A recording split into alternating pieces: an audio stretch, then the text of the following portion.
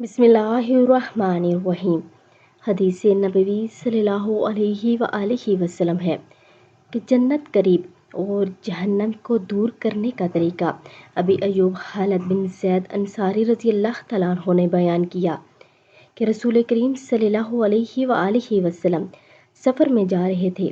اتنے میں ایک اعرابی آیا اور آ کر آپ صلی اللہ علیہ وآلہ وسلم کی اونٹنی کی رسی یا نکیل پکڑ کر کہا کہ یا رسول اللہ صلی اللہ علیہ وآلہ وسلم، یا یوں کہا کہ محمد صلی اللہ علیہ وآلہ وسلم، مجھے وہ چیز بتلائیے جو مجھے جنت کے نزدیک اور جہنم سے دور کرے۔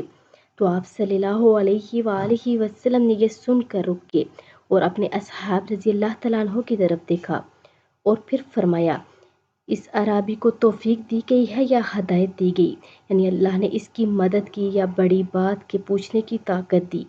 آپ صلی اللہ علیہ وآلہ وسلم اس اعرابی سے فرمایا کہ تو نے کیا کہا؟ اس نے پھر وہی، یعنی مجھ کو وہ بات بتلائی ہے جو مجھے جنت کے نزدیک اور جہنم سے دور کر دے۔ تو رسول اللہ صلی اللہ علیہ وآلہ وسلم نے فرمایا،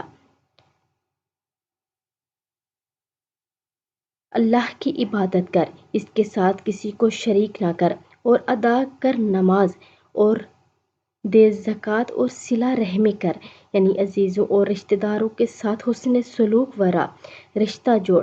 اگر وہ برائی کریں یا ملاقات ترک کر دیں تو نیکی کر، ان سے ملتا رہ۔